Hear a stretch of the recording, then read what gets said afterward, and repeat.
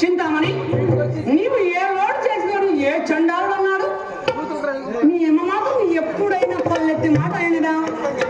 దినమున కొంచెము తారమారినప్పుడు ఇటు ప్రోత్సాహం ఎంత వాయితేనే ఉండదే, కానీ పడిన గొడవలు పడినట్లే ఉండవు కదా. ఆ దైవం అందరికే ఈ పూట అతనికి తారసీలు చేయాలండి. ఎవరండి ఆ తారసీల వారు? ఆ తారసీల అతడు. నేను ఇందాక తెలిపోగా నా మాట పూర్తి కానిచ్చేదానివే కావు.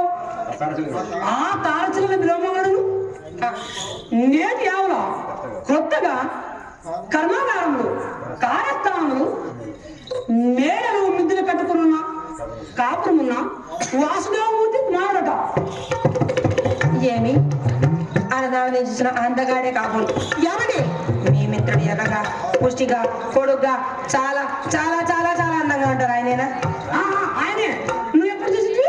మీరంత కంగారు పడ కడకండి. నేను ఒకప్పుడు వేణుగోపాల స్వామి కోవెలతో కళ్యాణం సమయించాను. వారు చాలా భాగ్యంతులను వాడక ఏ పాటి ఆస్తి కలగాలి.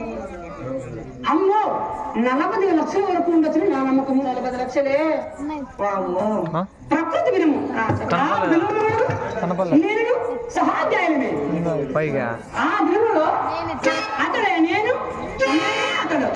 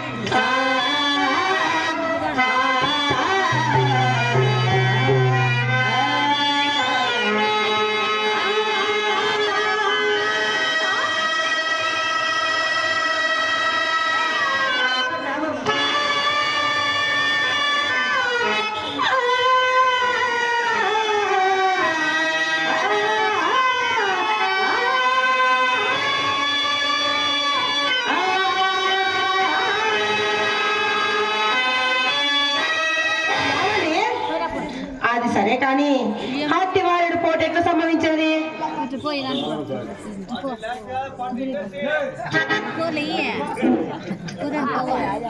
చింతామణి అతడు ఆంగ్లం చాలించి సంస్కృత భాషలో ప్రవేశించాడు. మరి మీరు నేనేం చేశాను తెలుసా? మీరు చెప్పగా నాకెలా ఇదిగా చదువు చాలించి మీ సాని వారిలో ప్రవేశించాను.